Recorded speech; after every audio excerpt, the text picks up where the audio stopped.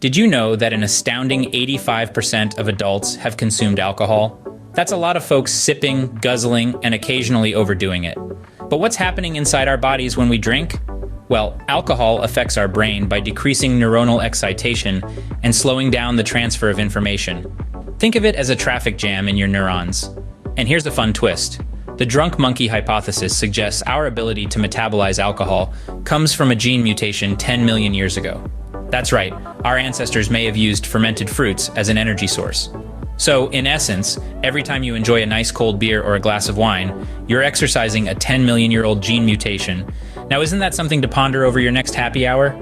So next time you sip on that glass of wine, remember, you're exercising a 10 million-year-old gene mutation.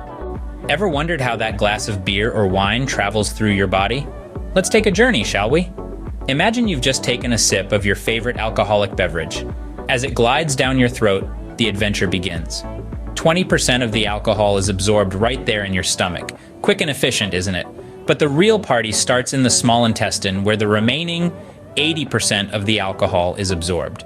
Now here's where things get interesting. The alcohol, in its quest to provide you with that warm, fuzzy feeling, waltzes over to the liver.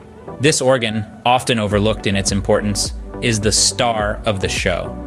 It's here where the alcohol is metabolized, and the effects of your drink are felt more rapidly with each subsequent glass. But what exactly is happening in your brain? Well, alcohol is quite the charmer, you see.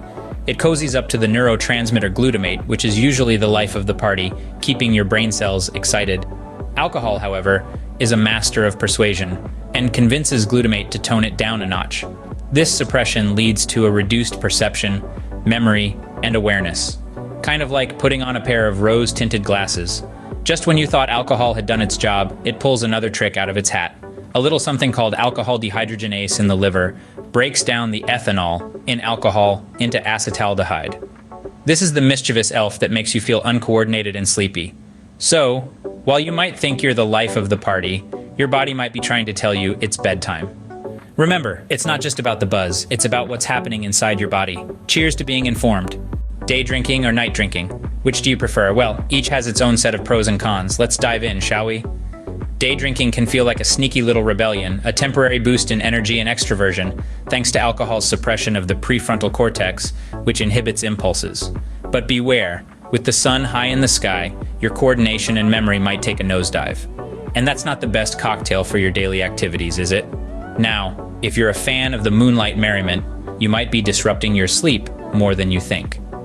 Alcohol can play the role of a rude alarm clock, rebounding glutamate when it leaves your system, causing excitability and irritation.